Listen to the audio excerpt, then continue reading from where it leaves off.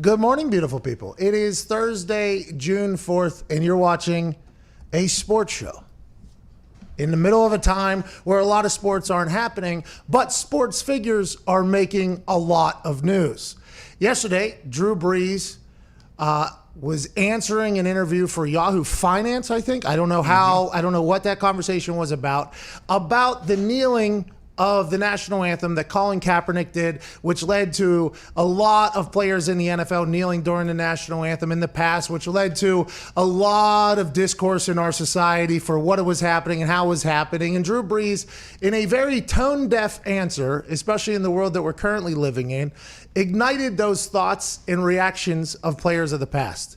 Let me tell you why I think so many people were disappointed with Drew Brees that are in the professional athlete world. Now, granted, a lot of people outside the professional athletic world were also disappointed with Drew Brees, but let me tell you why it struck a chord with so many professional athletes. Because of this, we have to go back to the time when the national anthem protest with Colin Kaepernick was happening. So Colin Kaepernick and Nate Boyer, who's an Army Green Beret, and who else? Eric Reed. Eric Reed was there as well. They decided, instead of sitting down on the bench for the national anthem, Nate Boyer, who's a Army Green Beret, was there with him. And he said, instead of sitting, which could be very disrespectful, kneel, because it would be taking a stance while still maybe grieving for America. I forget how the entire decision was made, but Colin Kaepernick, Eric Reed wanted to make a stand for injustice in our society. So they kneeled during the national anthem. So obviously in the NFL world, that became something that started conversations in every single locker room, because a lot of guys who come from neighborhoods and communities that are mostly black saw what Colin Kaepernick was doing for his community and thought to themselves, if I don't do it, what will my community think of me, who's going through the same things that Colin Kaepernick's community is going through, in the same thing that a lot of these communities that we're seeing displayed for injustices on TV are going through. So these conversations that got ignited in locker rooms between players, and this is something that I've been harping on for a long time right now, is the reason why I hope that a locker room mentality, an NFL locker room mentality, spreads into the world, is because you get a chance to learn about things that you would have never learned before. You get a chance to see through somebody else's eyes what their lives have been, who you may not have ever been able to experience before. I've said it on numerous occasions. I might be one of the only people in the history of this earth who has smoked blunts with dudes from Compton and drank wine with billionaires. That is a true thing. Dad, a truck driver, mom, a secretary. I've got a chance to see and experience and learn a lot of things. In the locker room is the reason why. So whenever the kneeling all started happening and America started getting ripped apart because of it, because the messaging from one side was, we don't care what the protesters are saying this is about. The way we are taking this is disrespect to the military and to the American flag. And that caused quite a conversation in the locker room, because like me, there's a lot of people in the locker room who are massive supporters of the military. I mean, I was a Salute to Service award finalist. There's only 3 in the NFL. I have a foundation that gives scholarships to children of military families. I've gone on a USO tour to Japan. I've spent over $1 million to send military members and their families to football games throughout my career with the Indianapolis Colts. I am a military supporter, okay? I don't support all the wars. I have no idea what some of the wars are for. I have no idea what a lot of the things, decisions are being made, but I am always pro-warrior, because I had somebody in my life, one of my brother's best friends, who was like a brother to me, had shrapnel blown up on his leg in Iraq, and it became one of these things where, well, you know what? This isn't a video game. This is real life.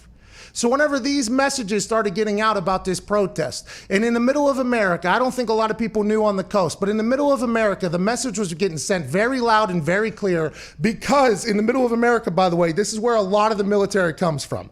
Damn near every human that lives in the middle of our country either knows somebody who served in the military or has a family member that served in the military. So whenever the messaging was sent that this is disrespectful to the military, this is disrespectful to the American flag, that's all they heard. And whenever you get somebody that is that passionate about something, their family member, maybe somebody they died, and now you're being told from somebody that isn't talking to the protester and hearing what the protester is saying and what they're doing it for, you automatically get emotional about it, and it's very hard to change your first initial reaction to something, especially when it's that emotionally charged. So these led to conversations in the locker room from players that had military family and military friends with the guys on their team that were protesting. And it led to very raw conversations. Very genuine conversations. One of the coolest times to be in a locker room was during that, whenever issues were being stated by friends of ours and teammates of ours that come from black communities that many people could never understand.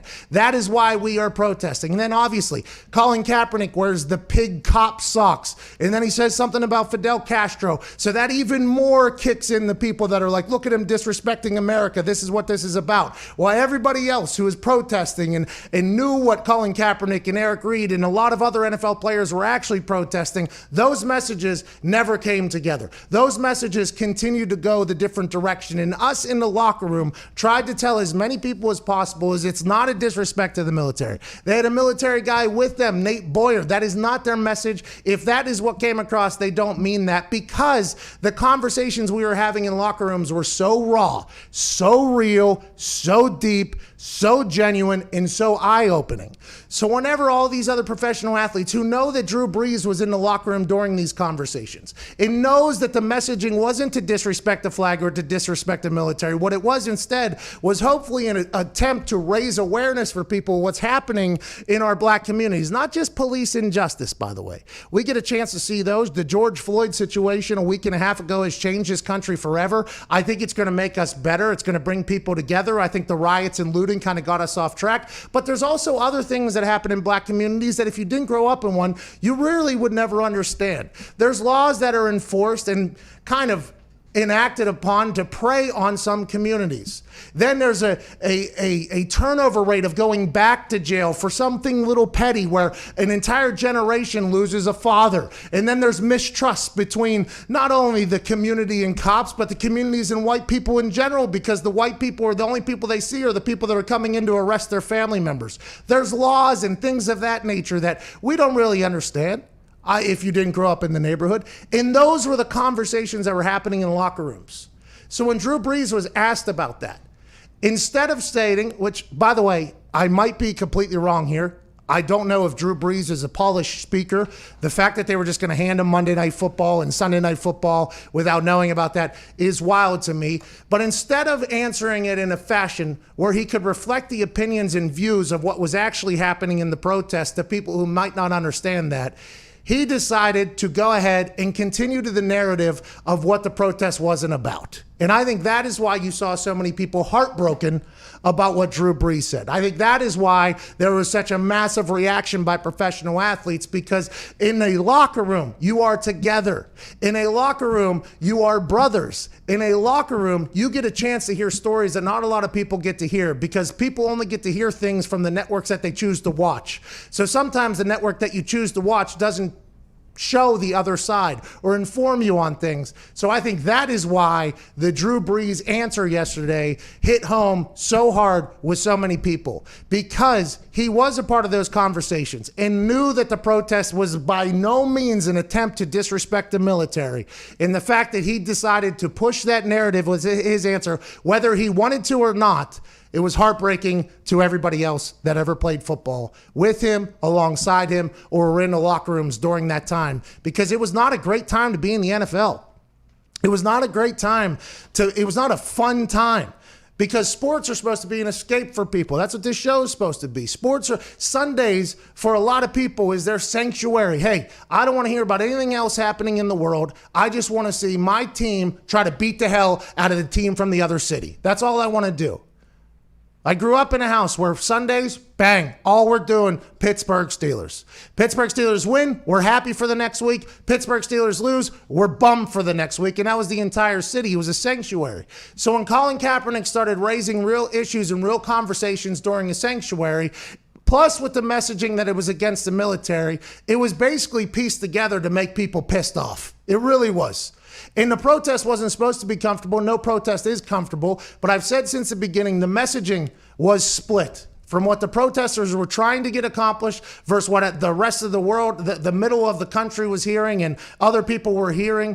And then now Drew Brees push that narrative that the protesters didn't want to be pushed. And I think that is why you're seeing people get completely up in arms about this. And that's why Aaron Rodgers, greatest quarterback of all time, came out last night and said, hey, we caught a lot of hell for standing in solidarity with our brothers from people that didn't understand what it was about.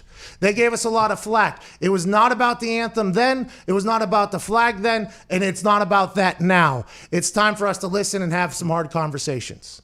That's what Colin Kaepernick was trying to do. The messaging didn't go that way. I think him wearing the pig cop socks and the Fidel Castro comment obviously didn't help whenever the people had their own narrative already built up, and then that gets thrown in there and they want to fight back even more. But the conversations that were happening in locker rooms were absolutely insightful. It was a learning experience, a bonding experience.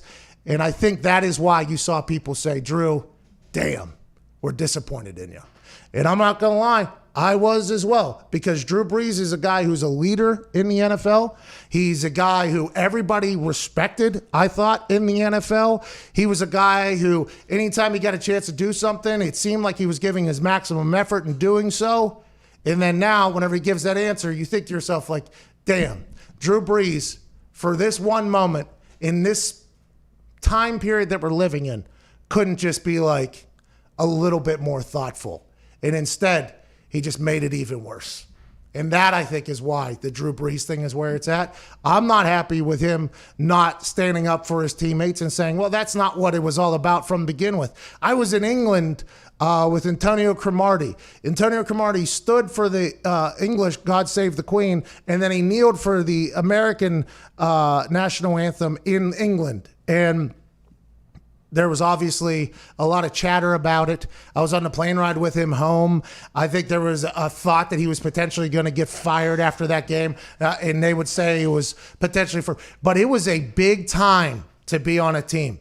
And everybody was trying to figure out the right answers. Nobody had them. The NFL couldn't change legislation at that exact moment. So they tried to put together a fund where the NFL and the players came together and were trying to give money back to underprivileged communities and societies. But the narrative still never got through to some people. And I think that is why these protests are continuing so long, because there's a lot of people on the internet that say, Colin Kaepernick in the NFL, they tried to peacefully protest to raise this conversation. It stopped.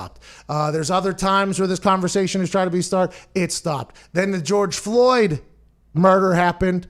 All 4 cops now arrested, finally. But we all saw that video and the conversation started, and bingo, we're getting on the same side. Then the riots happen, the looting happens, and then, by the way, once again, the messaging gets diverted exactly away from what it is. The people lock onto that again, and it's like, well, if these people never want to listen, maybe there is reason why people are pissed off about this whole thing. And I just think now is a time where we can really, I think we can do it. I really think we can do it. And that might be because I'm an optimist, but I feel like everybody with a brain is at the point where they're like, hey, if we learn a little bit more about these laws that are enacted in these communities that don't have a lot of opportunity, the schooling stinks. The teachers do not care. I mean, the teachers might care, but they don't have the ability or the necessity or not resources to really get anything done. There's not a lot of jobs for a lot of people. I mean, it all revolves around opportunity. And then whenever opportunity doesn't happen, then other things pop up. And then there's legislation and laws that kind of, it's a much different experience once you start listening to what the life is like for somebody who grows up in a neighborhood that's like that. And I think in the locker room, the Colin Kaepernick kneeling started such a good convo. And I really thought that we're just going to be able to do that everywhere. And that's why people are pissed off at Drew Brees. Yeah, you talking about the locker room and the conversations in the locker room, and Drew lives in that locker room, made it so much more shocking that he would come out and seemingly not realize that the kneeling has nothing to do with. Well, it's interesting because I don't think Drew Brees issued a very long apology this morning on his Instagram about how he is not the enemy. He's always been an ally. I think he kneeled, by the way. I think at one point he was a part of the kneel. I mean, so I think Drew Brees, I think those conversations did happen in the Saints locker room. Right? The same conversation that happened in the Colts locker room, I'm assuming happened in every other locker room, where it was quite a learning time, because you had a lot of players in there that were pissed off. They're like, hey, my brother is in the military currently. Like, I don't want to do that. And they're like, that's not what it's about. That's not what it's about. Okay, cool. We come together as a team. As we do, we learn more about each other. And then bang, here we are years later in the same conversations happening. It's like, hey, I think it's about time that we all just go ahead and do it. I mean, I think it's time to do it. I don't know how we make the change. I don't know how easy it's going to be. I don't think it's an overnight change. I think it's going to take maybe a generation. But it feels like the George Floyd murder is going to be one that's going to change it all. And Drew Brees had a chance to talk about that. He chose his words differently. He will pay for it. He is currently paying for it. And I would assume he feels terrible, but not as bad as the guys that were trying to make a protest for something and the narrative was pushed a different direction. 14 minutes after the hour, we have to get to a break. The NBA has a 22-game setup or 22-team setup that we now currently understand.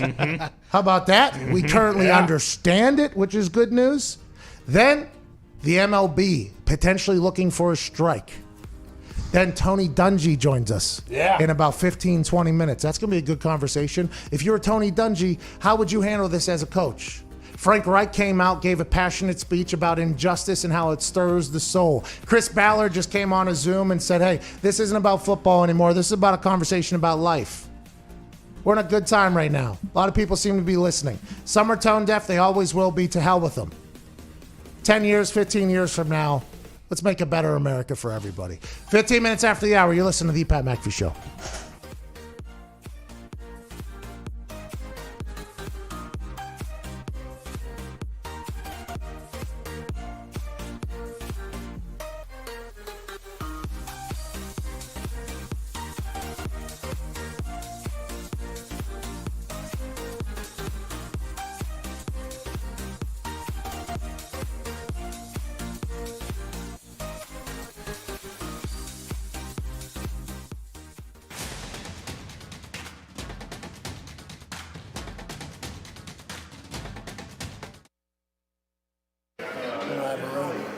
Since 5:30 a.m. right now. Had incredible meetings with the Memphis coaches and the Navy offensive coordinator. Got to record a podcast too. I mean, we got nothing but time. Nice dinner for Hasselbeck's birthday. This is my fault. I might be sleeping in the truck. It never ends, dude. I honestly don't know how it happens. Do you have a room? Yeah, it's a big room. You have a good room? It's nice. Take care of the boys. You know what I mean? I'll sleep on the street out here. I'll go busking with a guitar like I'm the next fucking Elvis. You know what I mean? I'll earn my way. This does seem to always happen. Are these couches available? Back to my pillow too. I'm gonna need it because I'm gonna be sleeping on a fucking bench. I'm gonna go to the bathroom and brush my teeth. Okay. Thank you. Okay, bye-bye. No big deal. Just walking the streets of Memphis with my sack here and my pillow. Walking in Memphis with no room to sleep in tonight. Walking in Memphis. Right now I can fall asleep, but I fight. Walking in Memphis. Instagram models posing on stairs. Walking in Memphis. A couple methods right over there.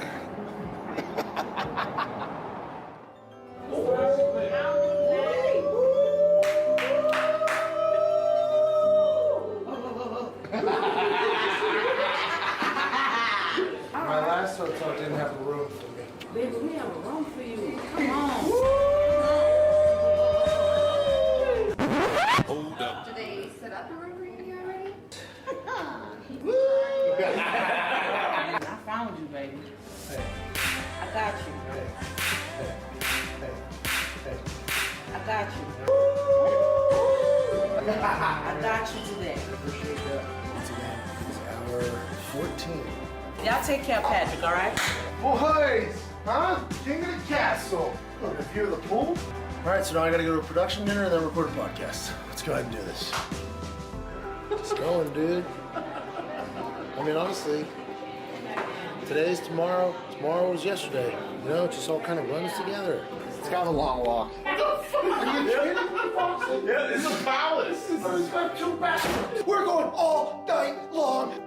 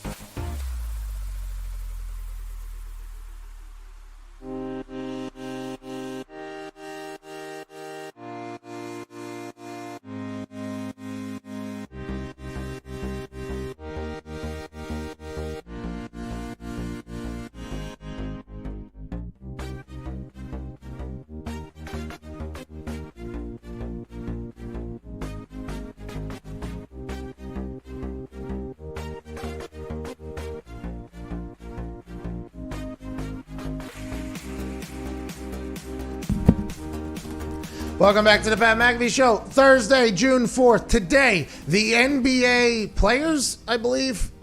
NBA Board of Governors. By the way, all the boys here at Nick Moraldo, at Tone Diggs, Ty Schmidt, Jason McAfee, Viva Lazito's going to the bathroom, at Evan Foxy, and on the phones, 1-833-622-3331 at Boston Connor. Cool glasses, man. Hey, cool glasses, guys. Cool glasses, dude. Cool glasses, Glasses, Connor. He stayed up all night playing Rock Band. He is very good at the Guitar Hero world.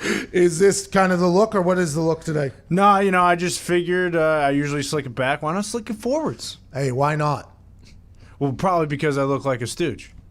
Well, you never know until you try, right? And instead of just looking at yourself in the mirror, hey, let's go on the show. We'll see how the camera makes me look, and then we'll give it a go. Honestly, it looks much better on the camera than it does in the bathroom. Impossible. You sure?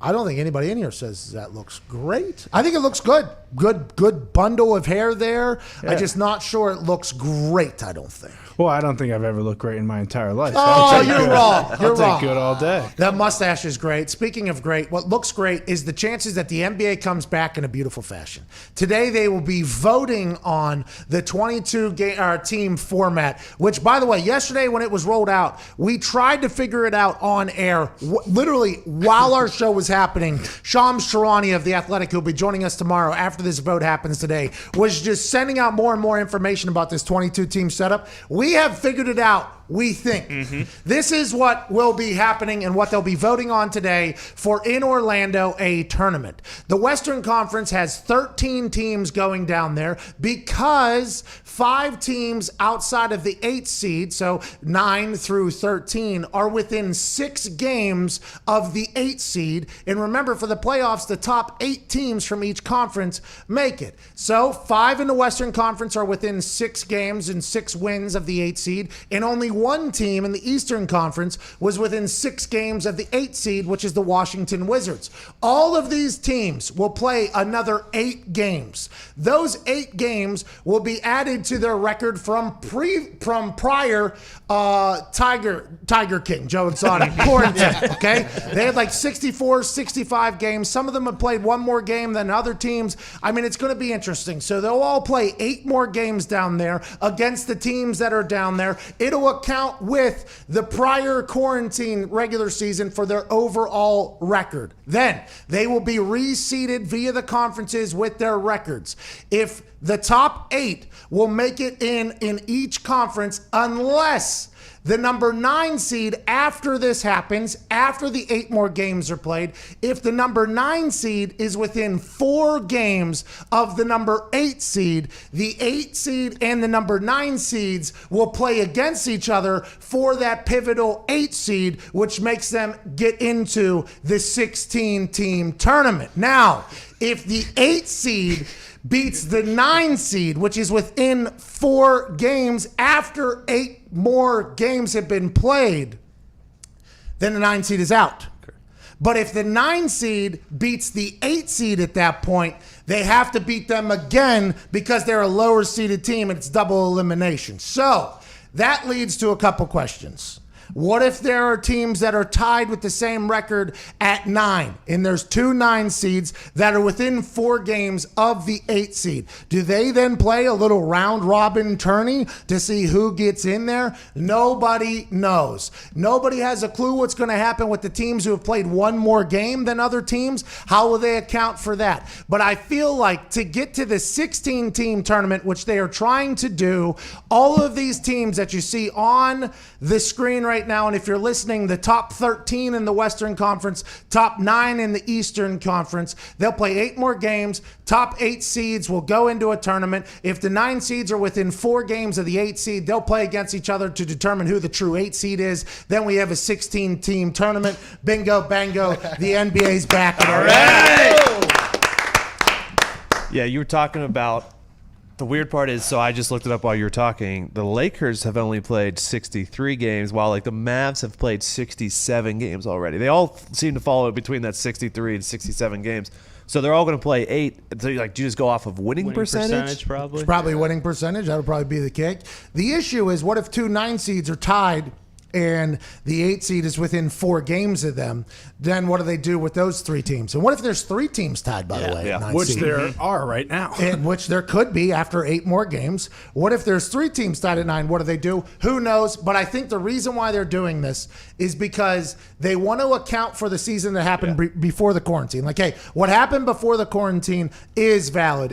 And we would argue that, yeah, it's valid. You're ranking the teams off of what happened beforehand. But then they're like, well, we would like to give some teams a shot at least to make it into the playoff, because the playoff hunt at the end of the NBA season is something that people do enjoy. For instance, Zion and the boys were almost making a run at a playoff spot. They're not in yet, but they have a chance to potentially get in. They're only a couple games out. Here we go. Now you got Zion potentially making it. The NBA definitely did not take the most easy route here.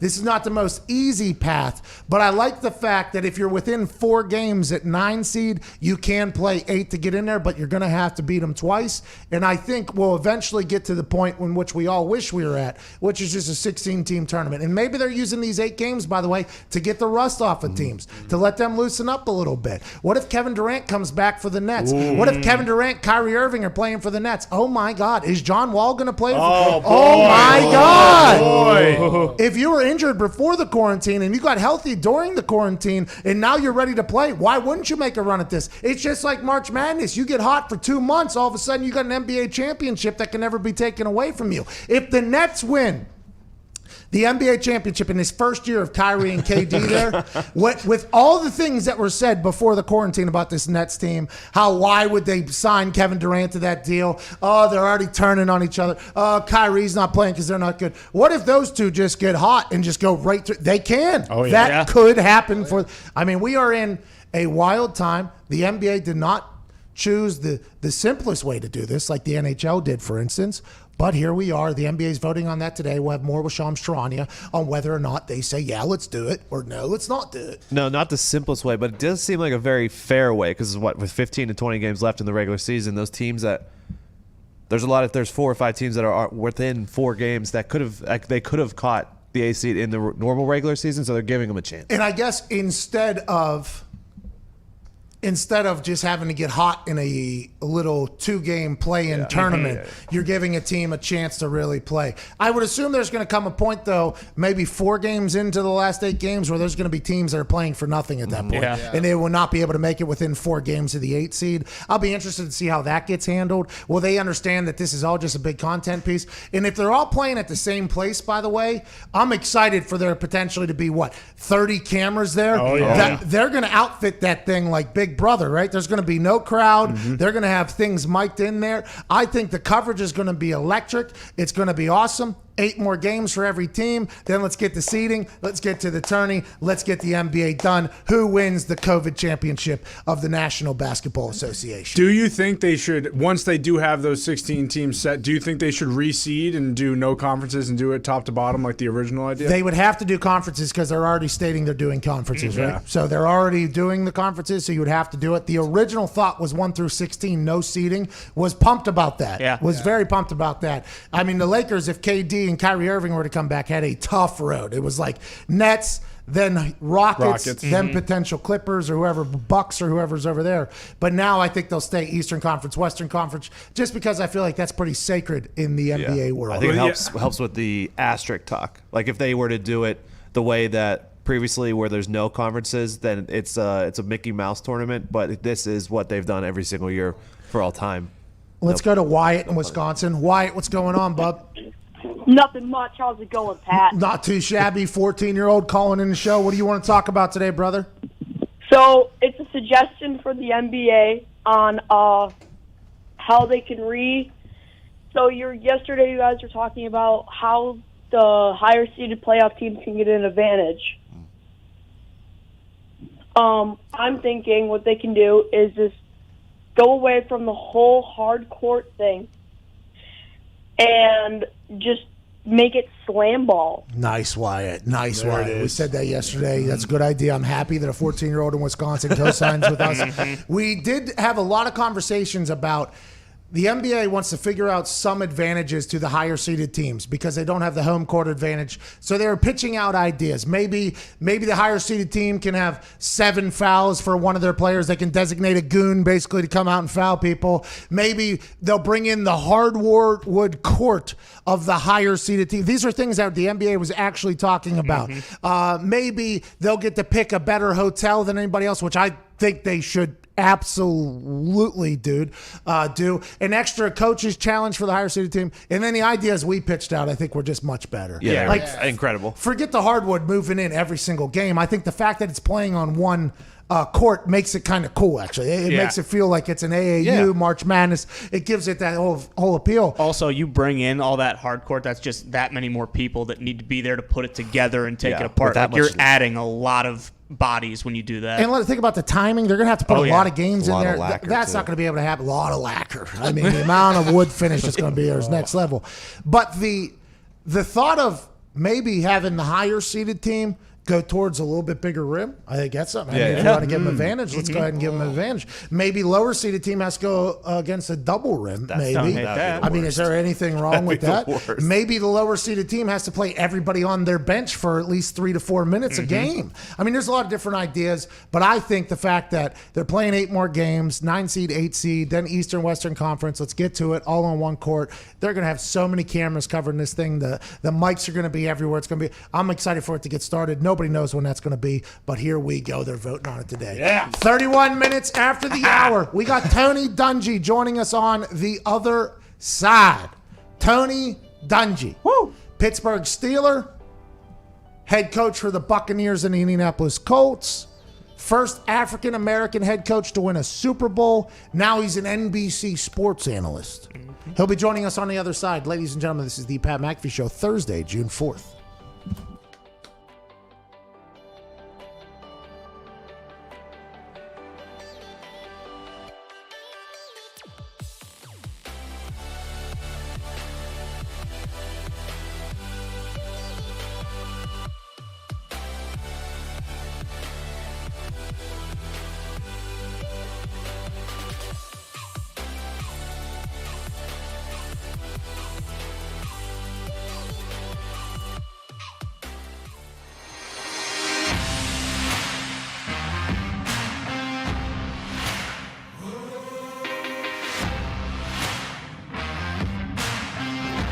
For 15 seconds before I hit the anvil. I've been trying to time myself out for 15 seconds. I've never spoken for 15 seconds before. There's no chance. It's a new era for Colts football. All right, let's go. You're all badasses. Thank you all for your service. Have an incredible day out there. It's the safest place in America right now. Holy hell. All right, everybody smile. You're probably not supposed to. Hey, safe travels. We appreciate the hell out of all of you. Go kick ass. Hoo-ah. Hey, the best game in the history of the drumline is going to be today. You guys are going to steal the show and set the goddamn. How's it going? My name's Pat. I swing a big hammer, and when I talk, people listen.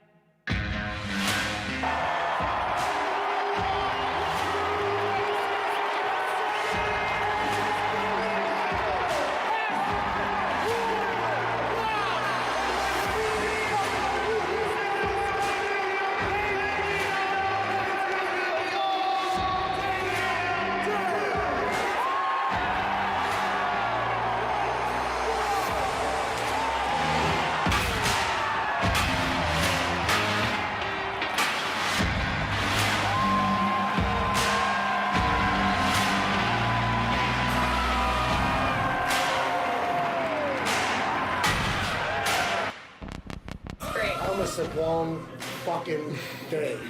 So I had to switch it to damn. When I get going like that, it really catches.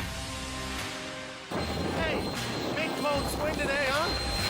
Another week about to start, Foxy.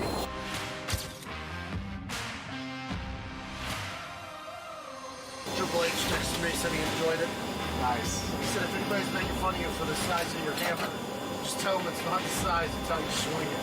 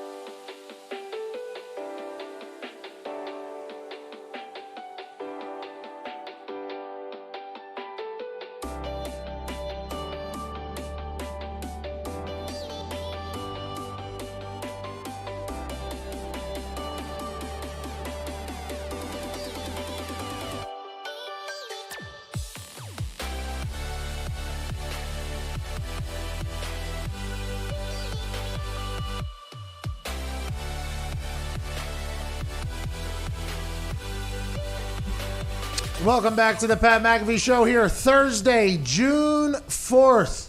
Paramount time in our country's history and in sports history. Joining us now is a man who won a Super Bowl as a Pittsburgh Steelers player. Then he went on to be a head coach for the Buccaneers and the Colts. And he's the first ever African-American head coach to win a Super Bowl. Now, he's an NBC sports analyst. Ladies and gentlemen, Tony Dungy. What do you say, Pat? Good to be with you, brother. Coach, I can't thank you enough for joining us, especially in this crazy time that we're in right now. I think the conversation we're about to have is going to be a beautiful one, and I thank you for taking the time today. Yes, thank you.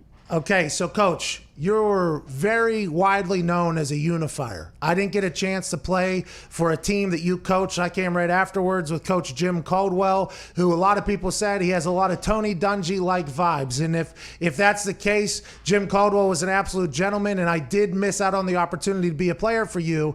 But right now, in the world that we're living in, whether it's the quarantine Zoom calls and then the calls for social justice and the protesting, and now with the Drew Brees, one of our leaders of our league, coming out in a tone-deaf statement yesterday, if you were a coach, how would you be handling all this, and what would you be saying to your team and to the players that look up to you for guidance? Well, Pat, first of all, I would say, number one, we have to be a voice out in the community. When I went to Pittsburgh as a rookie, you mentioned winning that Super Bowl, Art Rooney Sr. was our owner, and he talked to every rookie when you made the team, and he said, we want you to not only win and enjoy the things on the field, you got to be part of the community. You've got to move here. You've got to make Pittsburgh a better place to live. And so we took that upon ourselves, and that was part of our mantra. And it's not just going to community centers and talking to kids. Yeah, that's important, and we've got to do that. But in times like this, you've got to be a voice out there, and you've got to help the community grow. So that's what I would tell our players. Let's be part of the solution. Let's think. Let's listen, and let's have some action steps that we can actually help out. But more than anything else, Pat, I would tell them we've got to remain together. You mentioned New Orleans, what's happening with the Saints. You can see that could fracture not only a team, but maybe even a city. So doing things smartly, listening, understanding each other, that's really important right now. They're hard conversations to have, Coach. I mean, they're very hard conversations. Absolutely are. Every single morning I come in here, and I know that no matter what I say, there's going to be somebody that's going to hate me for it, and there's going to be people that are thankful for the conversation. And every time I talk about this, I always talk about how when I went into my college football locker room and the diversity and the humans that I met from all these different backgrounds, I instantly learned a lot more about life in the world. Then you go into an NFL locker room, and it's the same thing. And when those kneeling protests started happening in the NFL, the conversations we were having in the locker room were so raw, so real, so eye-opening. It went to places that normally those conversations don't go, because there was a lot of people that were upset with the protests potentially being against military, and then the conversations in the locker room were like, no, this isn't about America, this isn't about the American flag, this isn't about the military, this is about injustice and social injustice and police brutality and things of that nature, and the messaging got off. And I think that is why, because of those conversations and the understanding and the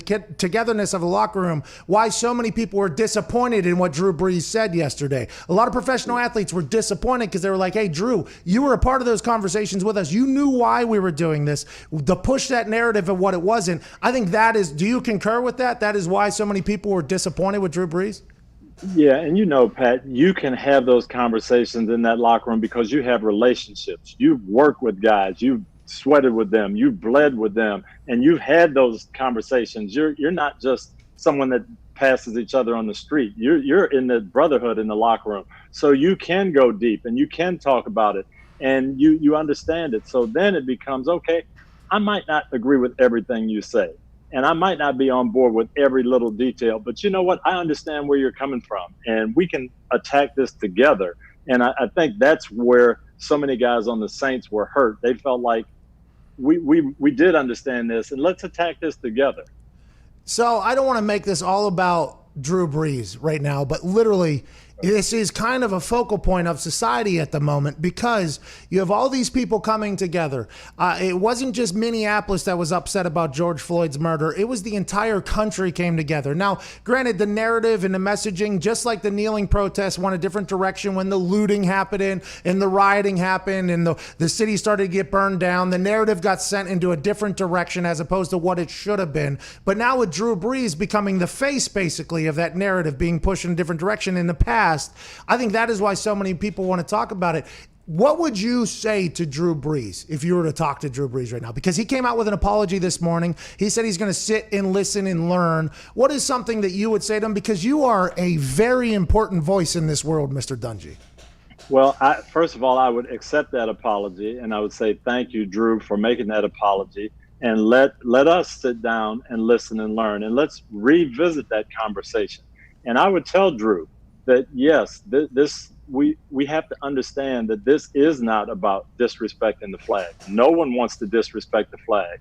No one feels like violence out there and protesting and throwing bricks through windows is proper. So no, let's not sidetrack the issue. But here's what it's about, Drew. And I would speak to Drew as a friend, and hopefully some of those guys on that team have done that and said, you know what? We all had people in the military. We all had ancestors in the military. My dad went to the military, Drew, in 1944 to enlist in World War II and couldn't fight with the regular Air Force and had to go to the Tuskegee, Alabama and enlist with the Tuskegee Airmen because it was segregated, even though, yes, we were all fighting for the same flag.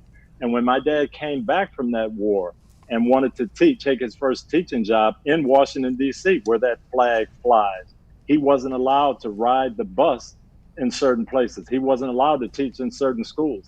So there's some hurt there that goes beyond the flag. And my dad was a veteran. He would not have taken these protests as disrespecting the flag. He would have taken it as people trying to make a change in our great country for the better. So how do we, as a lot of white people are watching currently, okay, a lot of white people are watching this whole world unfold the way it is. A lot of white people are. And I think there's a lot of white people, more so than ever, on the side of social justice. George Floyd's filming of that whole thing, the 8 minutes and 46 seconds, I think it was finally the one that got a lot of people to be like, okay, that can't happen anymore. We can't have that happening anymore, where the cop looked happy to be doing what he was doing. And it was it finally felt like after the quarantine, after being locked down, people all were like, you know what, we're on the same page here. So what are the steps to make this thing right, you think? Because there's obviously some laws that are in effect to target communities. I mean, there's a lot of things that maybe a lot of people don't know or know about. What do you think the next steps are to hopefully bringing this country more together than it's ever been after all of this is currently happening? Well, Pat, we've had discussions about this. We had discussions in the NFL about diversity and everything. And my message is always, this has to be heart changes. And this has to come from the inside of us doing exactly what you're saying. Saying, you know what, this cannot happen. We can disagree on a lot of things, but this can't happen. We've got to change hearts.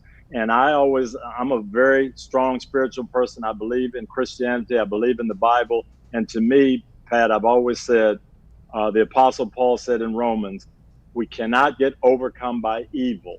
We have to overcome evil with good. And to me, that's how this gets fixed, by saying we're going to do the right thing. We're going to come together and we're going to overcome this wrong by doing the right thing and having good in our hearts. Who has to have those conversations, you think, Tony? Who? We all have to have them. We have to have Drew Brees saying what he said. I don't downgrade Drew for that. Okay, that's what he said. He may not totally understand. It may have been not exactly the way he wanted to express it, but he can't be afraid to say that. And we can't be afraid to say, okay, Drew, I don't agree with you, but let's talk about this and let's sit down and talk about it. We can't just say anytime something happens that we don't agree with, hey, I'm done with that and I'm done with this person, and that doesn't make sense. We have to be better than that. This battle is not going to be won by demonstrating and throwing bricks through windows. It's not going to be won by the government saying, hey, we're going to bring out these weapons and dominate the streets again. That is not going to fix anything.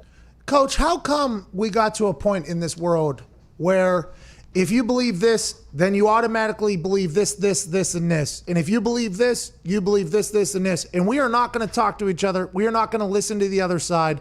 How come you think that it feels like it really happened? And it's, I don't want to say it's political, but it is. It's almost not just the political world, but it's the entire world where, well, if you believe that, that means you believe that, and that. And I will not even talk to you about it because of that. Like, it feels like we've become a world that refuses to almost have a conversation with anybody we disagree with. Why do you think that is the case? We have, and I'm going to go beyond politics, and I'm going to say it's spiritual. I think it's Satan dividing us, and I'm always going to take, this is going to offend you. So when that happens and you get offended, you're done with me. And then you do something that offends me, and I'm done with you. And that's human nature. That's what's inside us, and we can't do that. We've got to say, you know what?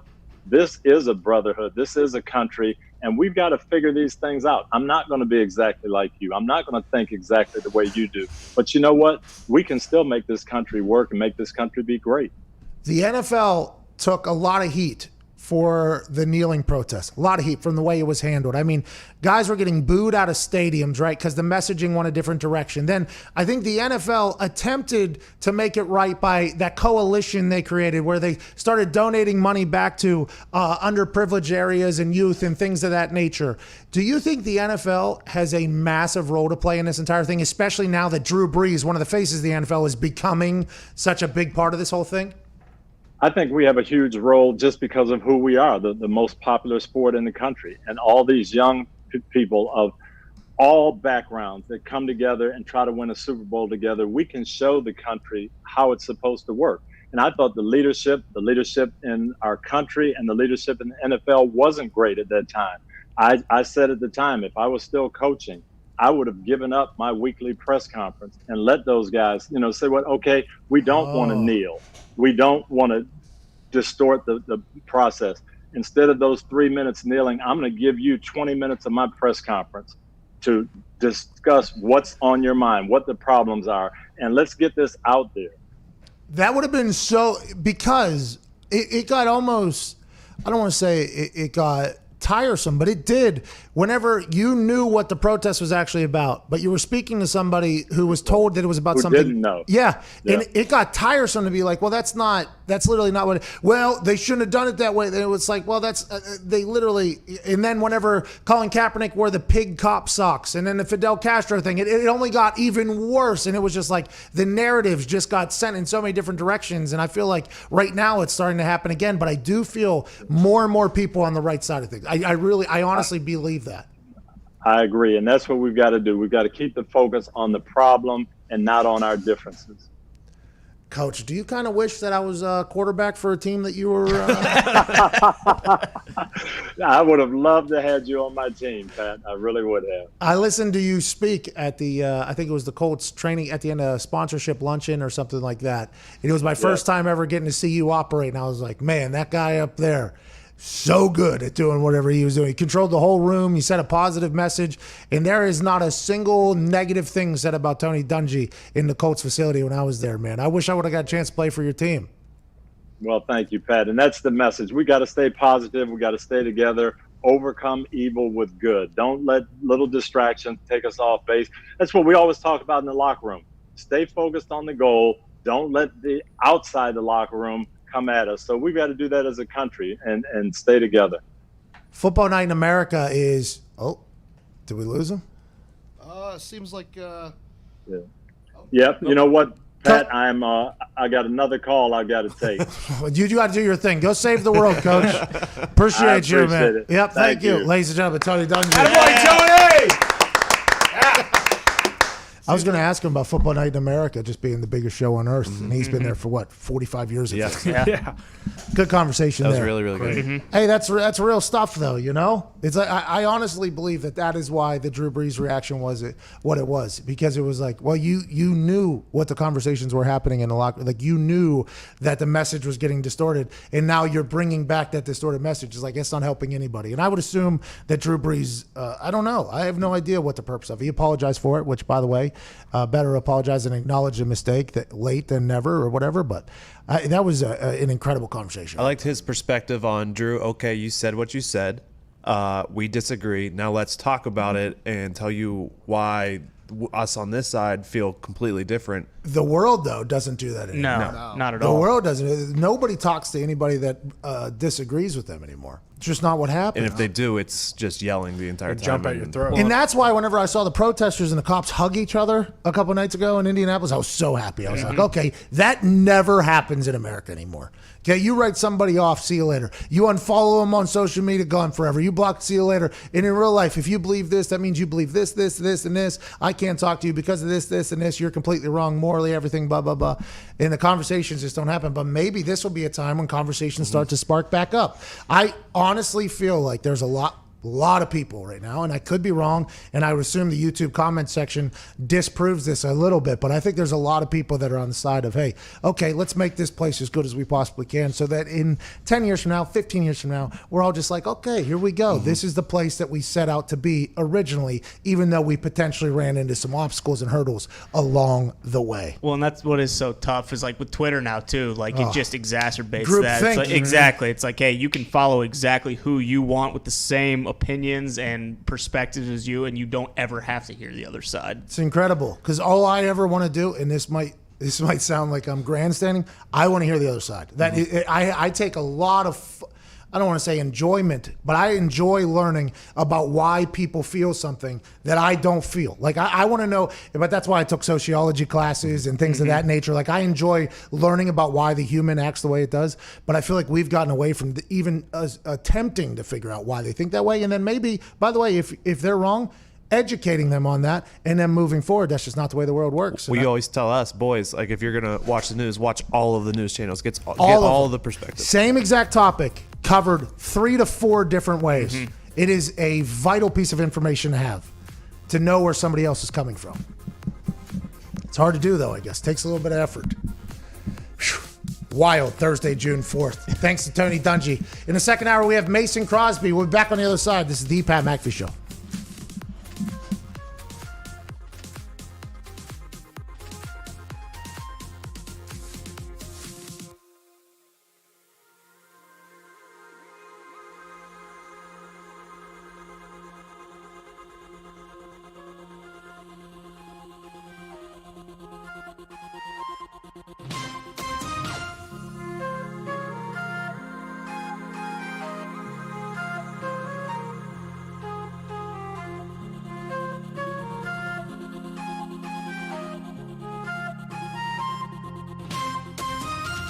Hi, how's it going? My name is Pat McAfee. Used to hold balls for Adam Vinatieri. Now I'm in his home state. College game day is absolutely electric. And Brookings,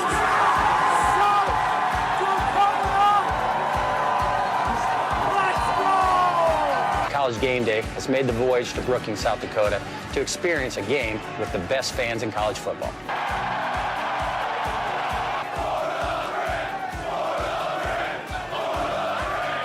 I unfortunately cannot attend because I have a game this Sunday, so I sent a man I trust to make my picks. A man who was my holder for almost a decade. Please be nice to him. Welcome this week's celebrity guest picker, Pat McAfee.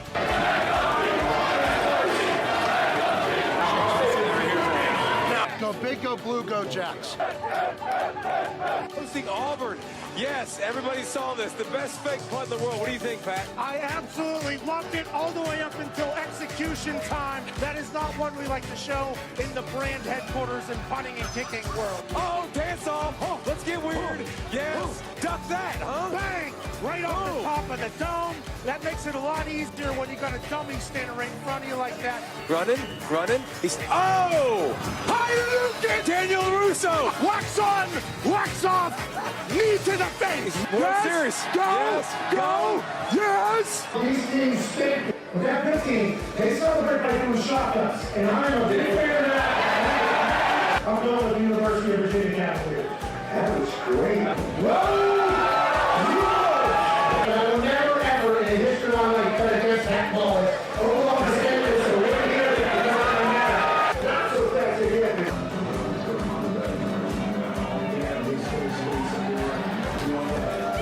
But I'm going Trey. Please excuse my dumb friend Kirk. Look at this crowd. They've been out here since 4 a.m. College game day comes to town. They lose their mind. The population of this state is about 800,000. And when the Jackrabbits take the field, they're alongside all 800,000 South Dakotans. The Dakota marker was in Fargo for far too long. Today, 5 o'clock local time, the Dakota marker is back in beautiful Brookings, South Dakota. Vinatieri School. They might be the Jackrabbits, but they're the GOATs today. Ladies and gentlemen, South Dakota State with the win. Give me that by head. No, don't do that. No. Leave. Coach. He has the No. Pat says it'll be No. I told you I came on your radio show that we were going to get you on College Game Day. Not only are you incredibly intelligent and handsome, you're a man of your word. You picked North Dakota today, so I had to bury you. That's okay. But it's been nothing but incredible. The College Game Day crew is hospitable. In South Dakota State, I think we can all agree, they showed up here. Yeah. But I loved it. I've watched the show, obviously, forever. And it's on in every single NFL locker room. I told you that. Yeah, so this is a big-time deal for me, my family, my friends. All right, I'm back in the day here. Appreciate you, boys. It's from the training room with the Colts. A.J. Watt tweeted.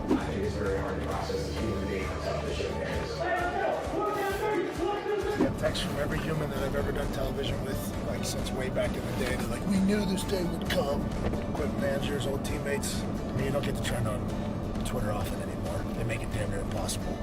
Go up onto a stage with a couple legends and talk some shit in front of the incredible South Dakota fans. What an awesome opportunity.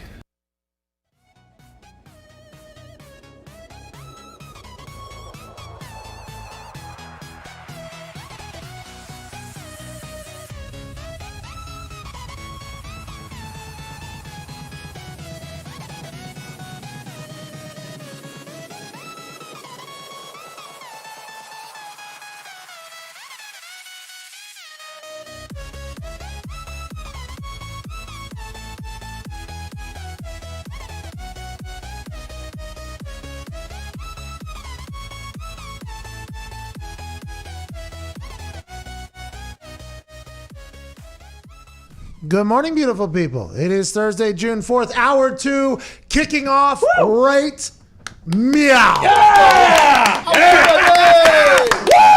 In the first hour, we led off with Drew Brees in reaction to that, fallout to that. Then we talked to Tony Dungy about the entire thing. Great message from head coach Tony Dungy, NBC sports analyst Tony Dungy, who's currently a co-worker of Drew Brees, and everything he was talking about. His message was, hey, we got to have these conversations with people like Drew Brees and let him know why what he said wasn't accurate, why what he said was hurtful, and then move forward in an understanding fashion. I think the whole world is feeling that way. Aaron Rodgers came out and said, hey, listen, I was in the locker room back when the kneeling protests were happening, and we stood in solidarity and took a lot of criticism from people that took the narrative as against military and American flag. And he said it wasn't about that.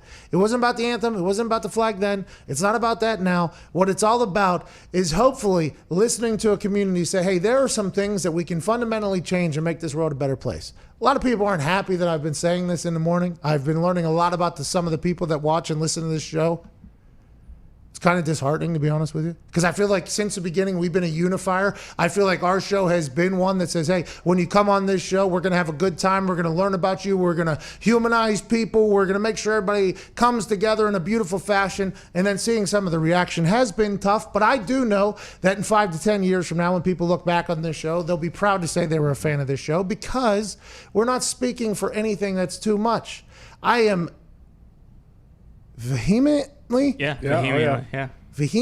Oh, yep. Well said. I don't know if there's an I. I don't know if there's an I. 2 E's. So it's just vehemently, vehemently against the burning down of our cities, okay?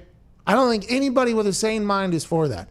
But the message that is currently being stated by a lot of people, we should listen to, and I honestly believe we can actually change. Tony Dungy said it's going to have to come from the inside out. People are going to have to start caring. It's going to become a generational thing. We'll keep it moving. I think that conversation's happening, even though the message is getting sent in a different direction, just like it was whenever Colin Kaepernick, Eric Reed, and a lot of NFL players started kneeling against injustice, and instead it was turned towards the military, in which they were not attempting to do so. I would assume a lot of the guys had a lot of family members that were in the military while they were doing it and weren't trying to disrespect their family. They were just trying to raise some attention to the America that they grew up in, which could be a little bit different than what a lot of other people grew up in. And it was a learning lesson for a lot of people. Now, Drew Brees is obviously in a lot of hot water, because a lot of people are disappointed with the fact that Drew Brees didn't remember those conversations that were happening in NFL locker rooms when the kneeling protests were happening.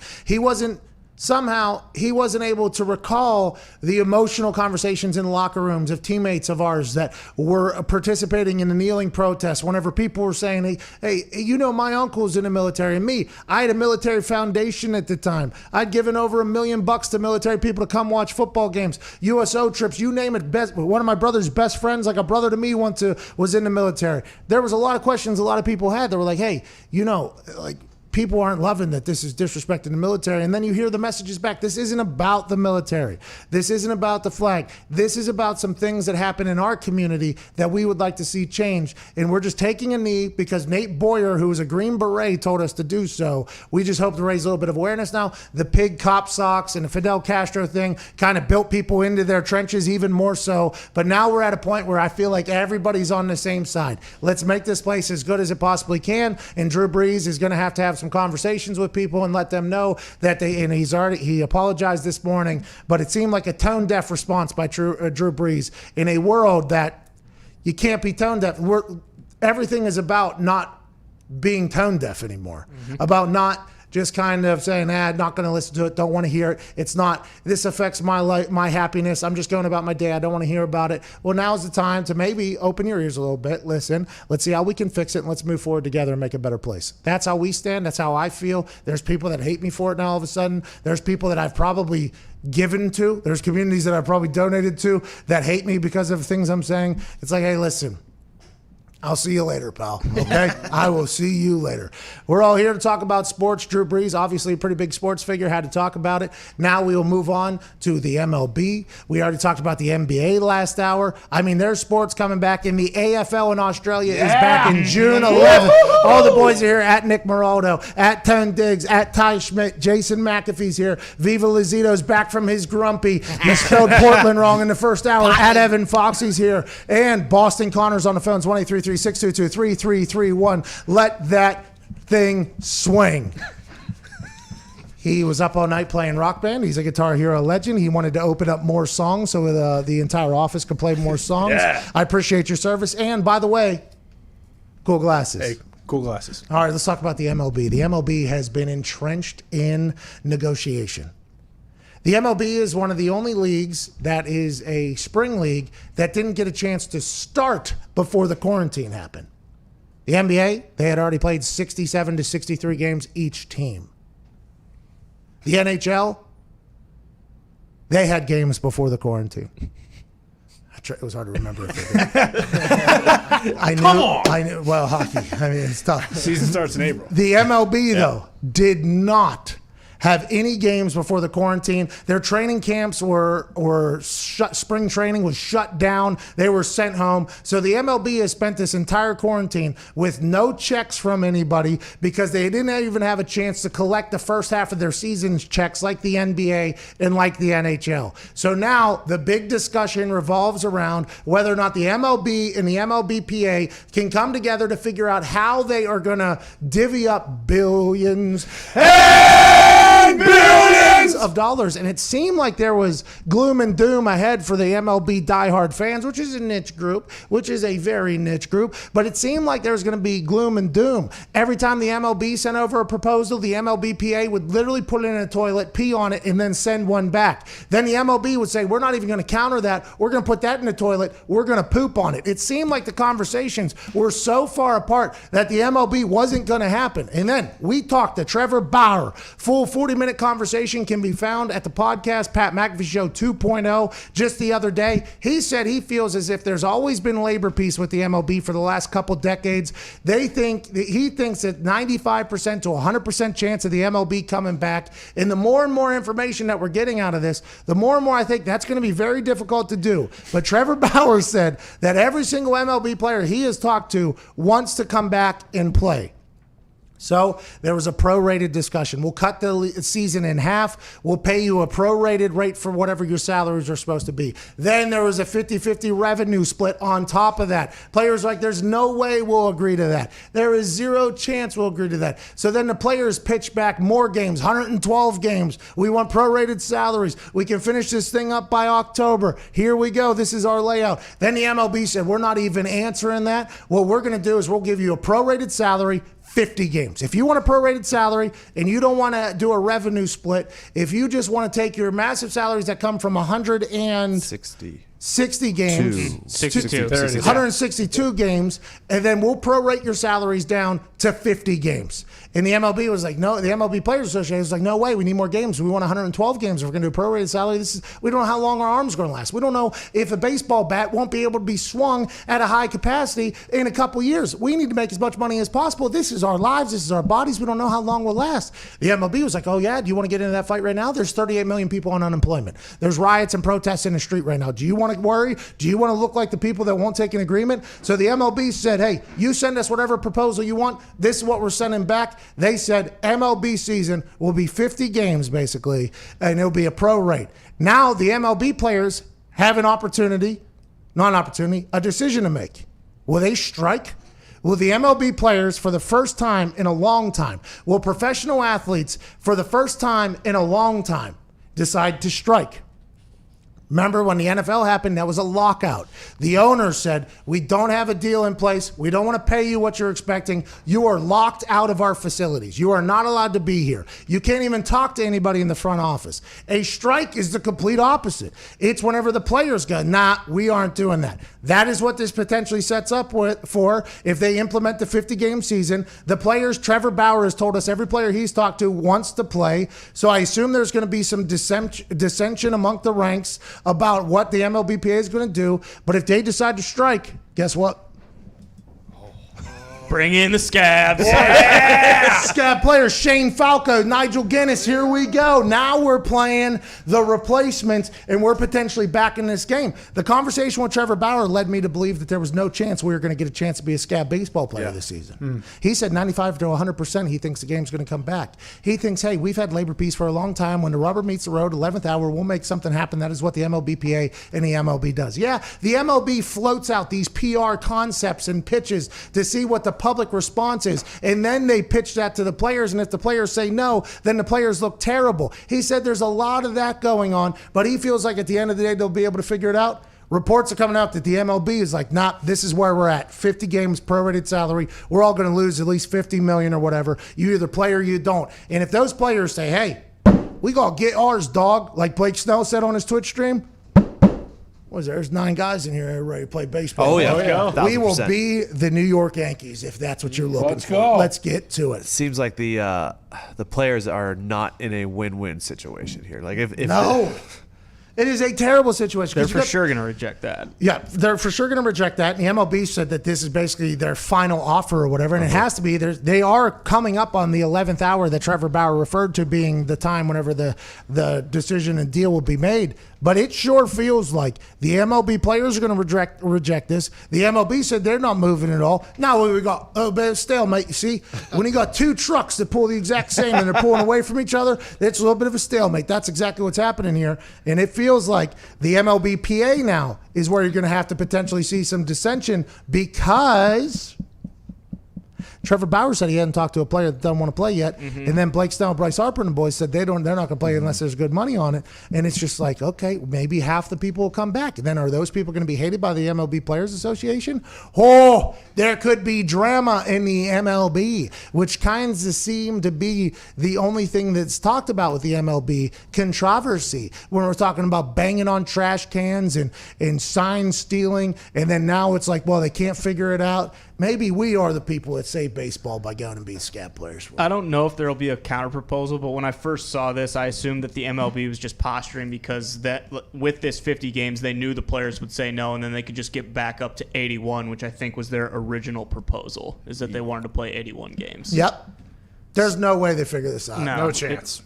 But that screws over so many guys if you only play. Trevor Bauer said 95% to 100% chance of the league coming back. With this new proposal where the MLB has said probably only going to do 50 games, I'd be excited to see what that percentage has moved to. So is the issue now just the number of games because the players were fighting the entire time for a full prorated pay schedule? Now, if they're getting it, are they just upset that it's going to be a third with 50 games? Yeah. That's why they pitch 112 games or whatever. Right. They pitch 112 games, and then it's just... Well, and like they said, I assume this has to do with like free agency too, because if you're a pitcher, a soon-to-be free agent pitcher, and they only play 50 games next year, like you're only getting 10 starts, whereas you're getting 30 in like a regular season. And like, what if you start slow? Exactly. Then like, okay, guess well, what? The Nationals were 10 games under 500 basically to start the year last year. I think it might have been after 50-ish games. And then that'll be held against the free agents for the rest of their careers. Without question. Without question.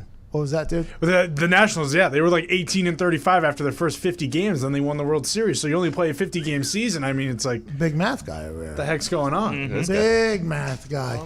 We got to get to a break here for radio. We'll do some phone calls. Sure thing. Go ahead and sell something. We'll do some phone calls during the break. We got a call from Australia because 1 week from today, 7 days from today, AFL, Aussie Rules Football, your new favorite sport, is back. 5:30 a.m. Fox Sports 1. Yes! Yes! And if you're worried about waking up your significant other in bed watching the AFL, you need a great pair of wireless earbuds. Yeah, you do. Good call. And you already know Raycon earbuds start at about half the price of any other premium wireless earbud on the market. And they sound just as amazing as the other top audio brands you know.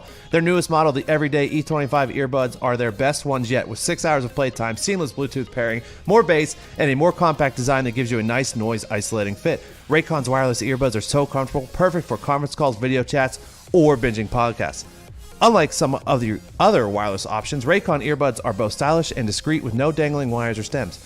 You've heard us talk about how the company was co-founded by Ray J and celebrities like Snoop Dogg, Cardi B, Melissa Etheridge, our guy J.R. Smith. They're obsessed with Raycons. Now it's time to see what the hype is about. Get 15% off your order at buyraycon.com/Pat. That's buyraycon.com/Pat for 15% off Raycon wireless earbuds. Buyraycon.com/Pat. All right, we're back on the other side. We'll do some phone calls during the break at youtube.com/The Pat McAfee Show. It's Thursday, June 4th. Jeez Louise.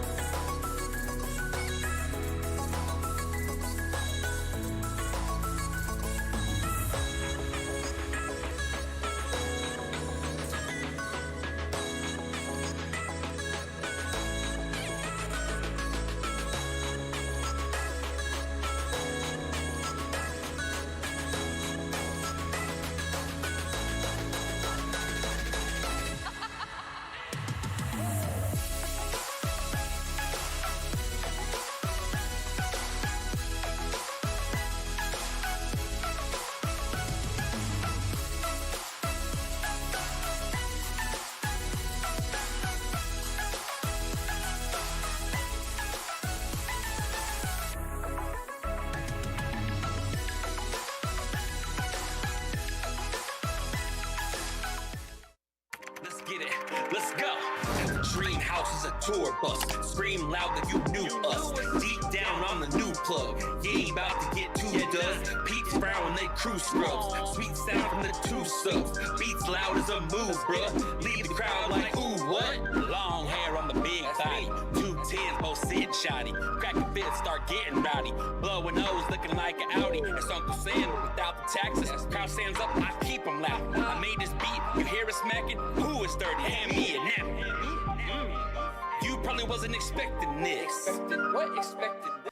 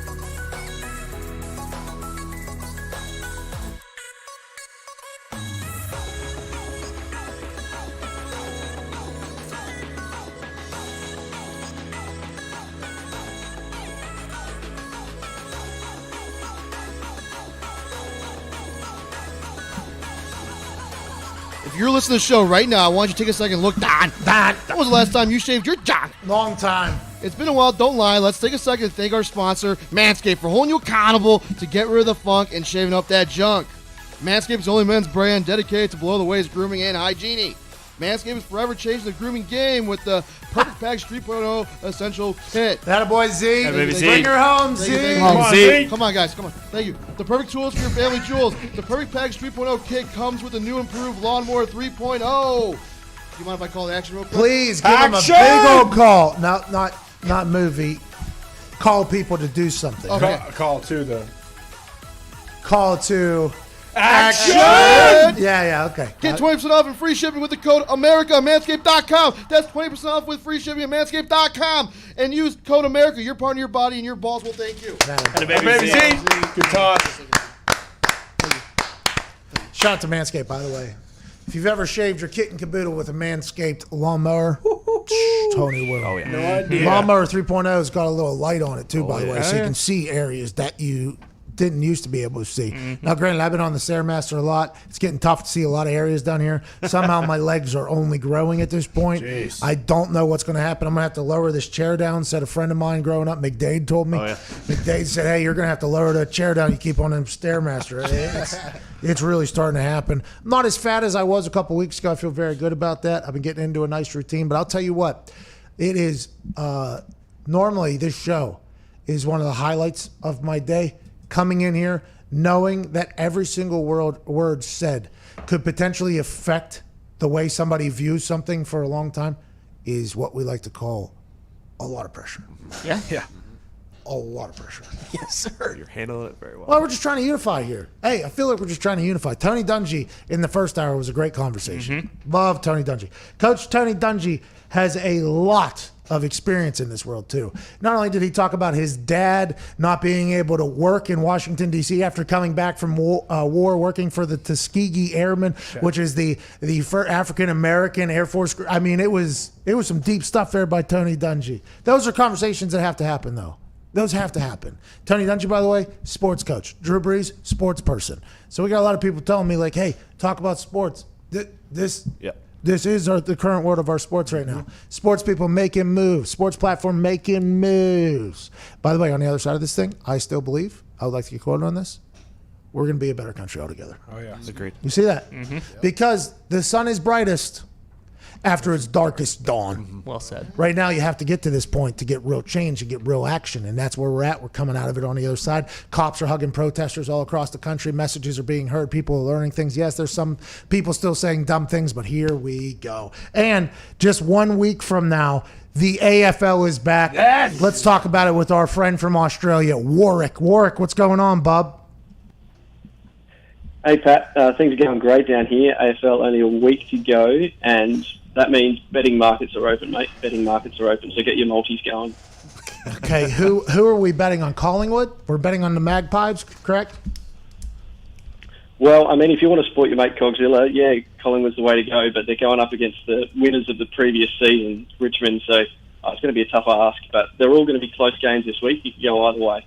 I have a question now. Warwick, that was a tough answer to hear, by the way, if you're telling us to start betting because you didn't give us anything on any side there. Do you think they have Collingwood going against the reigning champs as the opening game because Collingwood has the only American on the team, Big Cockzilla, and they're like, hey, let's go ahead and do this thing? Or is Collingwood normally a very good team?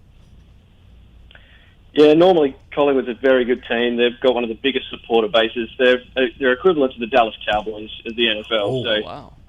They've got massive supporter base, which is why they're going to be playing on the first slot. And it could be possible that because Cox is playing that's why they're getting the first go. Hey, Coxie's our guy. The Coxzilla's our guy. Warwick, I bet you Australia is pumped for the AFL to come back. I know we are.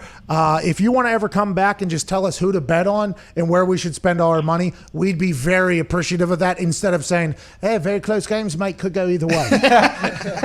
Yeah, well, I mean, you could always get Michael Dixon or Cameron Johnston from you guys out there. It would be awesome if you guys have one of those punters on the show Wednesday next week. Do a preview show before the game. We'd love to hear one of those guys come on because many of them actually played for AFL teams. It'd be great to hear their perspective. All right, Warwick, I appreciate that. We should do that with old Michael Dixon. Michael Dixon, punter for the Seattle Seahawks, Australia fame, left Texas early, ended up getting drafted to the Seattle Seahawks. Big leg, great punter from the AFL. Also, Sav Roca, former punter for the Philadelphia Eagles. I guess he was a very good AFL player. Then he came over to punt for the Philadelphia Eagles. His rookie year, he was like 75 years old or something like that. He was 6'10". He was just monster man. He could bomb footballs. The Australians in that AFL sport are a great time. Speaking of punters that left college early, I do believe we have some news because we are a live show. And that news that is talked about because we're a live show is sponsored today. Let's send it over to our friend, Frank. News that is sponsored today because we are a live show brought to you by Manscaped. Manscaped. Manscaped offers precision engineered tools for your family jewels. Go to manscaped.com and get 20% off plus free shipping with the code AMERICA. And Pat, the story you're alluding to, Arizona State punter was granted a waiver on Wednesday to return to Arizona State after going undrafted. Michael Turk, Arizona State punter, son of Matt Turk, or nephew of Matt Turk. in the punting world family. Matt Turk used to punt for the Houston Texans and a bunch of other teams. His arms were this big, this guy. I bet he was like 45 years old punting for the Texans when I met him, and he had the real small sleeves on his arm. His arms were, I went to shake his hand, nice guy, hit absolute bombs. He hit the ball so high. At the later stage of his career, wasn't going as far, but it was a fair catch basically every single time. Then when Arizona State got Michael Turk, the big conversation was this guy can hit a big ball. He goes to the combine. He leaves college early. He gets invited to the combine. He does 25 reps on the bench press. Everybody's like, look at this punter. He does 25 reps on the bench press. And I believe my reaction was, hey, always good when punters can lift weights good. Always good for the brand. But does this help him punt a football on a consistent basis, which is all that matters in the NFL? A lot of people can kick the ball far. A lot of people have strong legs. Can you do it on a very consistent basis? That is what's going to make you be a paid punter in the NFL.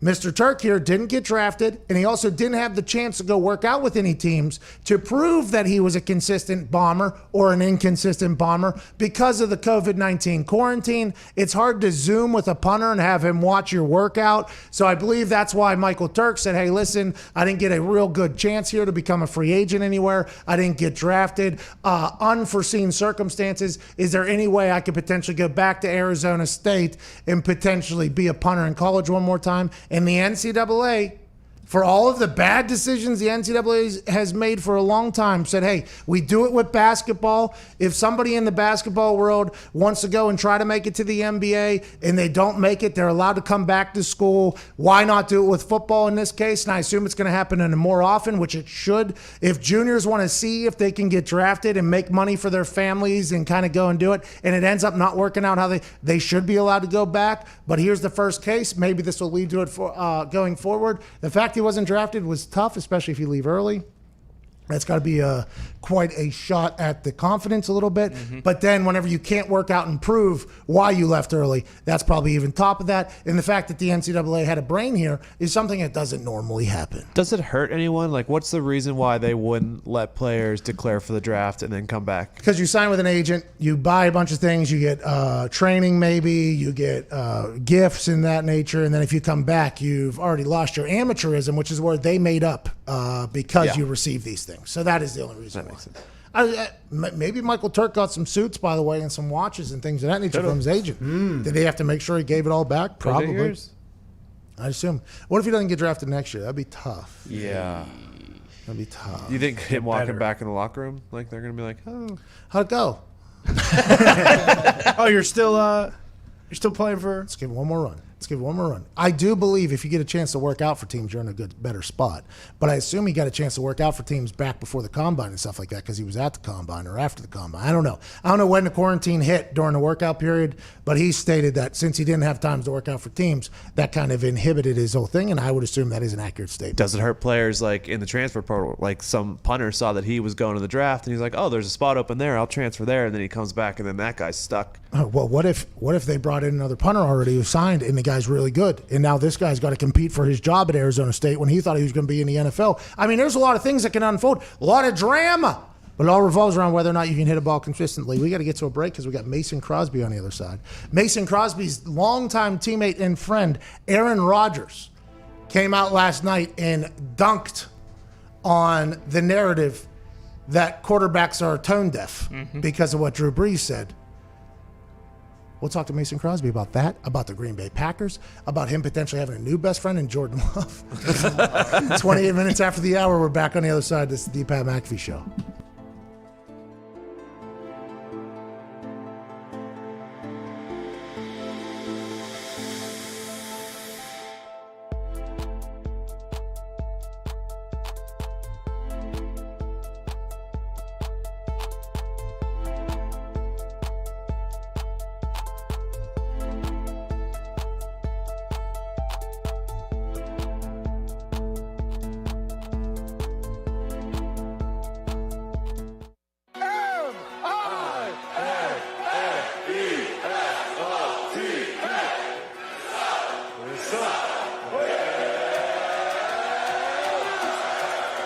Lucky to be here at the Northrop Hall with the incredible Trojan crowd. is having a blast here. Minnesota has shown up. Row the boat, Sky U-Mall, go Gophers. Let's get the axe and keep that thing in Minneapolis, Minnesota!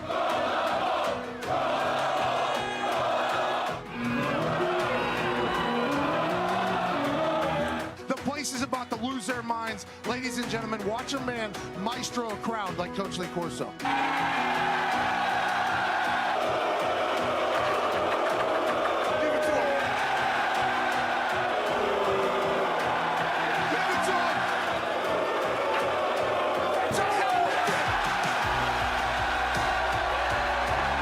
Watch, now he'll say to me, works every time, what? Every time.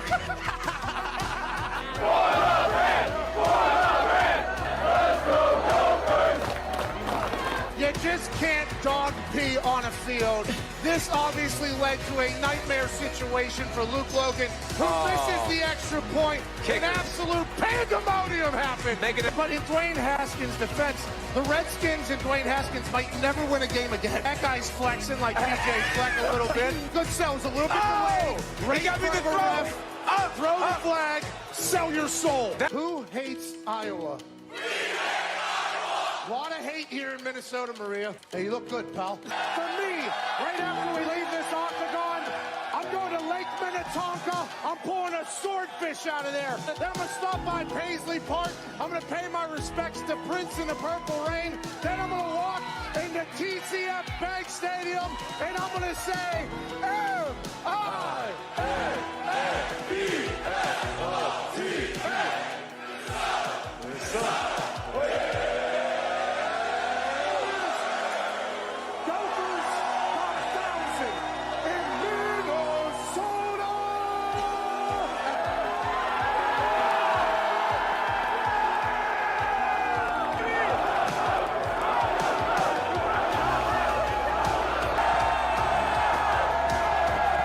That's pretty awesome, huh?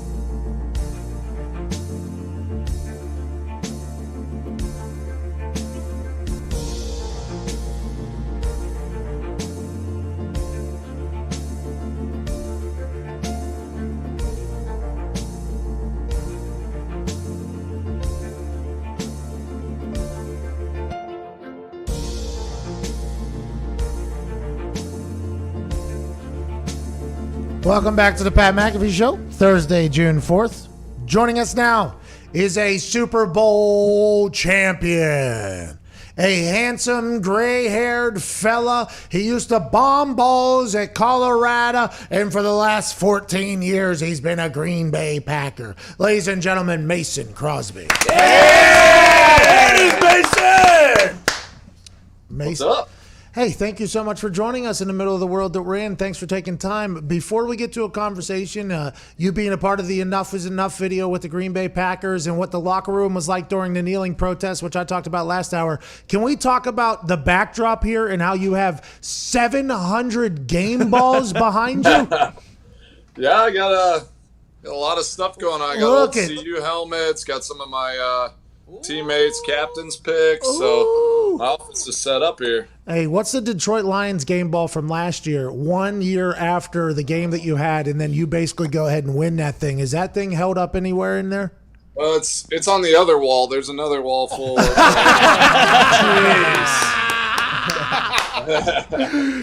You're a legend. Absolute legend, Mason. Thank you for joining us. Let's talk about this. I would assume that an email was sent out or a text was sent out asking, do you want to be a part of the Green Bay Packers Enough is Enough video about everything that's happening in the world? You said yes, you were a part of that. What was the entire process behind that? Well, we actually we have a great group of guys on our team, great leadership council that we actually meet with Coach once a week, and as all this kind of started happening, we got on a phone call and started talking about ways that we could kind of get out in front of this and stand united together and say that oppression, racism, this stuff is not okay, and we decided to go, and Aaron actually put together kind of some of the things that we said in the deal, and we all kind of read off a video, and then our media group spliced it together and made it really nice. It turned out really well, and it was awesome to hear everyone's voices, and we kind of wanted to be that voice, kind of going in front, for the Packer organization there. It's so interesting, isn't it? Because I've always said this, the kickers and the punters on teams, now granted, even though our physically tasking professions are much lower than everybody else, you get a chance to kind of interact with everybody. Offense, defense, the special teams room is the only time other than the team meeting room where people from all positions are in there. And I talked about how during the kneeling protest, whenever it happened, the conversations that started happening in the locker room, in the cafeteria, maybe in the hotels that we're at, those conversations about what they were protesting for, as opposed to the narrative that was getting out against the military and all this stuff, it wasn't about that at all. And I think that is why the reaction to Drew Brees was what it was, because it was like, Drew, you were in there with us during those conversations. We explained this out, what we go through that you might not understand that goes through. And him saying that again about the military and the American flag, I think that kind of ignited a lot of people to be like, Drew, we literally were in these conversations together. That's what a locker room's for. And when it felt like he turned on them, that's why they reacted the way they did. Do you see it the same way? Well, yeah, I can't really speak to why his teammates felt the way they did on that. Obviously, this is is a deep seated issue, and we did. I thought honestly we came together as a team. The conversations that were had in that space, a few years ago, where it made me closer to my teammates, closer to the guys, getting to understand just that it is something that I've never had to feel on a regular basis, and to be able to just share with those guys and listen, just sit and listen to that those conversations was impactful to me in my life, and whatever our walk of life is, I think it's important to see everyone's perspective and understand, and then try to go out and make a difference and live that way. For me, we made a decision as a team, as the Packers organization, to lock arms and stand united, during the anthem, and it was nothing to do with, the American flag, disrespecting that. We stood and we represented our team and our country and our families in that way, and that was the decision we made together, as a team. And like I said, and like you were talking about, those moments, those conversations, I think moving as we where we are right now, it allowed us as a leadership group, as a group of guys, to come together and say, hey, this is what we want to do. Let's address it head on, and not just kind of continue to put words to it, but let's find ways to take action and be united in this. Those were powerful times, man. Some of those conversations that I didn't even know were about to happen. Like maybe it was in the hot tub, right? In the hot tub, just sitting in the hot tub. And then all of a sudden somebody comes in and like one question is asked. And then all of a sudden that thing just spirals into like there's 10 people standing outside the hot tub. I'm getting pruny in the hot tub, but the conversation is going so good. It's like, man, these are insightful conversations that are happening. I wish everybody else could feel that. That's why, or hear that and understand that. And that's why I've always, like the locker room, if we can get it to society, be awesome. I think we're getting there, by the way. I do think we are getting there, even though we are hitting points where there's going to be idiots along the way. Let's talk about your career a little bit. Let's pivot away from that. You've kicked balls for one team for a long time. This is not normal. Normally, kickers end up going somewhere else. They hit a cold streak. They get cut, something of that nature. It feels like you're going to be one of the guys who've been around the Packers for so long, one of these kickers who's going to be able to go for maybe another 30 years. How does the body feel over there, Mason? Well, I mean, obviously you worked with Vinatieri for a long time. I'm just trying to get to that, that level. I was thinking the other day, and I was like, oh my gosh, I'd have to play, I think, like 10 or 11 more years. It's like basically doubling my career up to get to where he is. So, not sure on that front, but I feel great. And you were involved in kind of the lockout 2011's time frame, and honestly, some of this time period, not having to like be like going into practices and like the football side of things, I'm able to really work on my craft, do all the things that I need to do to be ready.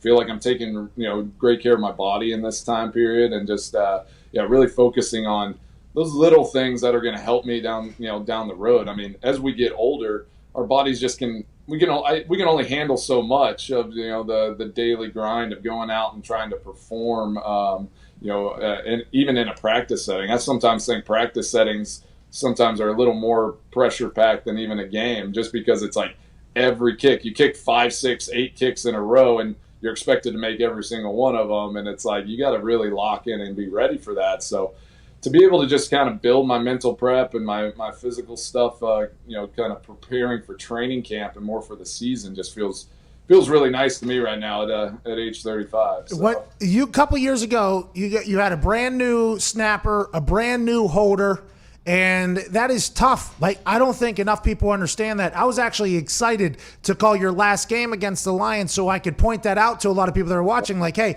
this has been a brand new holder in J.K. Scott, who's a good punter, and a brand new snapper. Sometimes that transition into a field goal operation can be a little bit different. And I wanted to say that. You didn't tell me to say that, but I saw it from film that I watched because I was prepared as a color commentator. Then you guys didn't score a point. I don't exactly. You didn't even get on the field. I don't even think you came on the field but one time. We kicked off one time, yeah. Yeah, so I didn't even get a chance to talk about that. But was that a mentally tasking year for you in between years? No kicker likes to miss kicks, ever, no matter whose fault it is.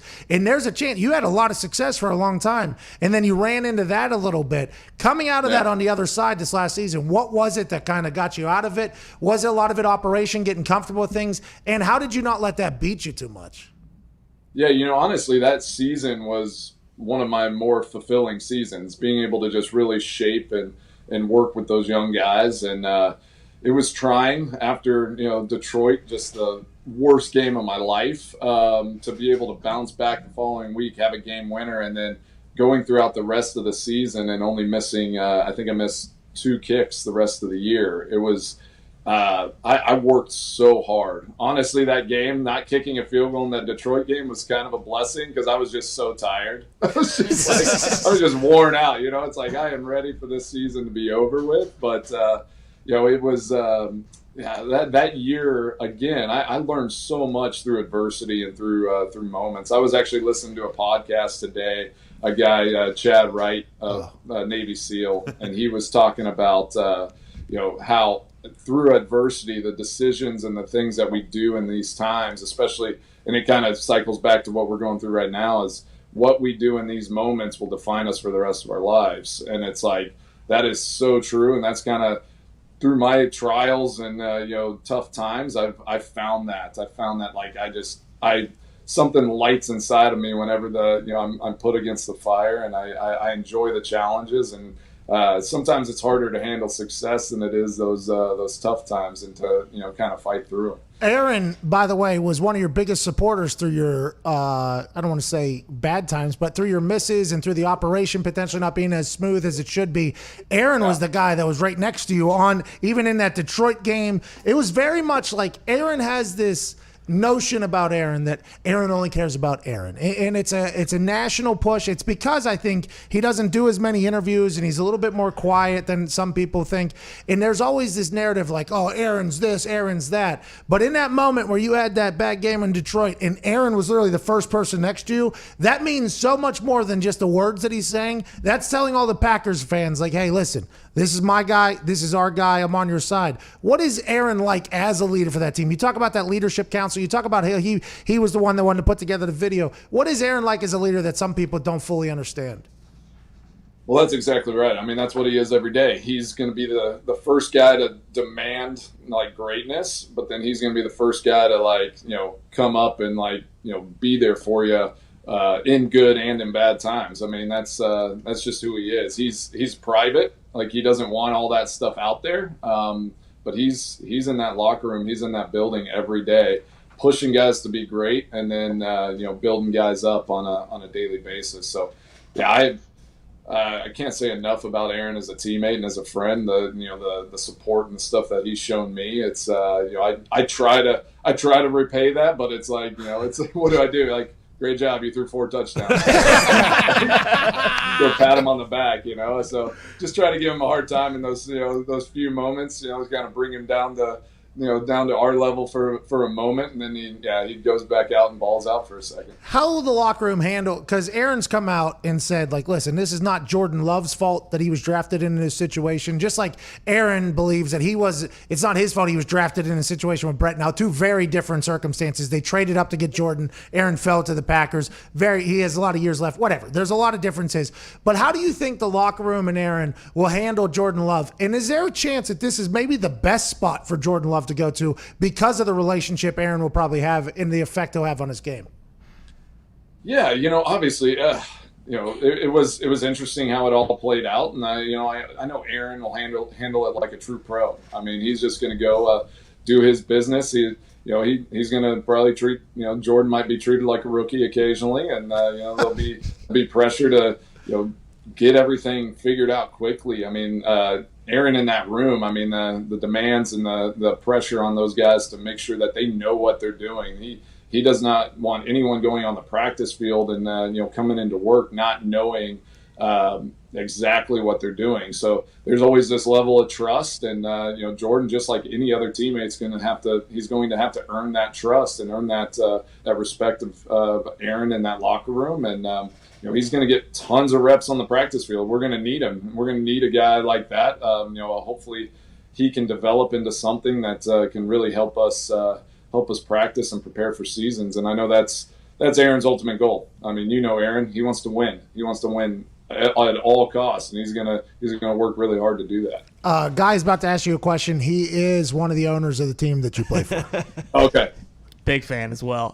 Mason, you said earlier that you feel great right now. Have you mapped out though, how much longer you want to play? Like Aaron said, he wants to finish his career in Green Bay, and hopefully he does. But have you considered that at all in terms of moving forward with your career?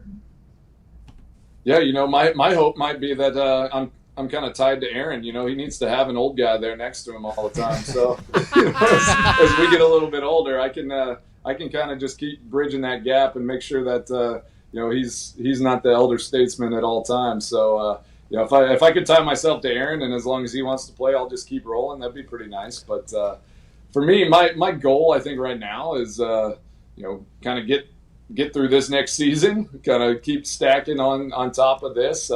At the end of this 3-year contract, I'll be going into a season where I'd be turning 39. So if I could get to 40, I mean 40 would be, I think, the ultimate goal. You get to 40 and you're kind of in rarefied air there. So there's not a lot of guys that have done that. You had gray hair when you were 25. What is that all about?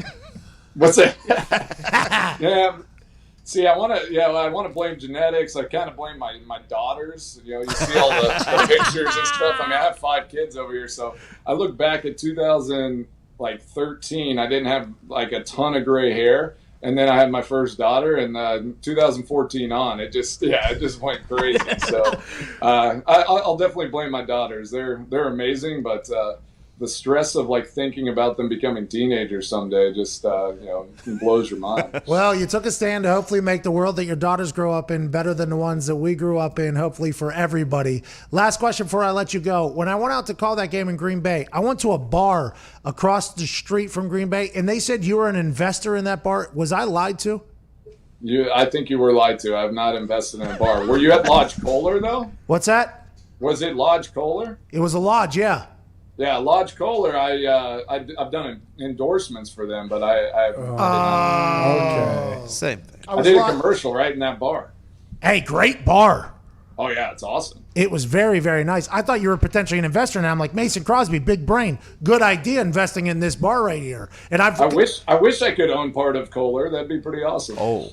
Yeah, it's very, very nice. And right across the street is right there's Lambeau. So it's literally, and then on the other side of this, they have like a snow thing. You can ride inner tubes down and stuff like that. I mean, it is an incredible setup over there in Lambeau.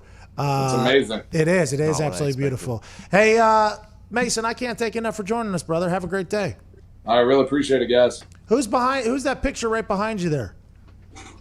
We got Lombardi, Bart Starr, Horning, Dowler, and Jim Taylor. Ty just murders row. Ty just lost his mind. I got Bart Starr over here. Wow. Oh, yeah. Hey, you know what they're all doing? They're getting Mason Crosby jerseys. You, sir, are a legend. Ladies and gentlemen, from the University of Colorado, Green Bay Packer kicker, Mason Crosby.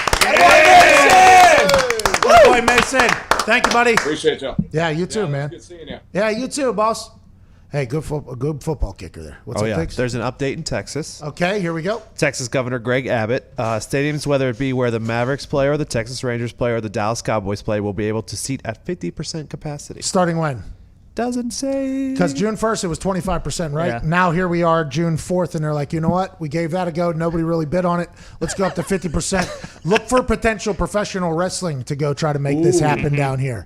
The Mavericks is not a stadium, by the way. That's an arena, right? I assume there's a roof on that thing. Yeah. That is interesting because the thought was the open-air stadium would open up before anything else. Now arenas like the Mavericks are going to be able to be at 50% capacity. I think a lot of people are watching all these protests where people are standing on top of each other, and they're not seeing this coronavirus death thing go through the roof. And a lot of people are like, hey, listen, we've done enough, right? We've been precautious enough. And Texas said, we'll open these sons of bitches right up. 50% every other seat, give you a little bit more room anyways. Get your concessions, wear gloves, do whatever you got to do. Let's get live sports back. We're going to learn a lot from Texas. Look for the professional wrestling world to potentially get in there and get their first start in. That's interesting, man. Would the WWE, would they go to like the Mavericks arena as opposed to, because obviously basketball, like it doesn't matter because they're not going to be playing basketball there. I think if you're WWE, AEW, any of these other people, and there's a chance to get fans back in the arena, I think that is what you're trying to do. Now, is it safe for your performers? There's going to have to be so much that has to go into it. But that is a particular profession that is much better with a crowd. And I feel like that's probably what they're looking for. But this is good. If Texas is doing this, just like what happened when Georgia opened and Florida opened, Texas opened, it's just a rollout process here. And California said sports are allowed to be back. New Jersey said it's allowed to be back. New York said it's allowed to be back. And now the protests hopefully are coming to a peaceful area where we can really negotiate. Hey, is the world getting better right in front of our eyes? Sure feels like it. Woo! Thursday, June 4th. Thanks to Tony Dungy. Thanks to Mason Crosby. Thanks to the people that listen to this show. Thanks to the people that watch this show. It is not a fun time to be talking about sports, but it's a real time to be talking about sports. And hopefully the things that I've learned in sports can hopefully transition into a conversation for you to have if you weren't as lucky as I was to be a part of some conversations to learn about people that you don't normally get to learn about. McAfee and Hawk starts in 1 hour and 6 minutes on YouTube. This has been the Pat McAfee Show. Cheers.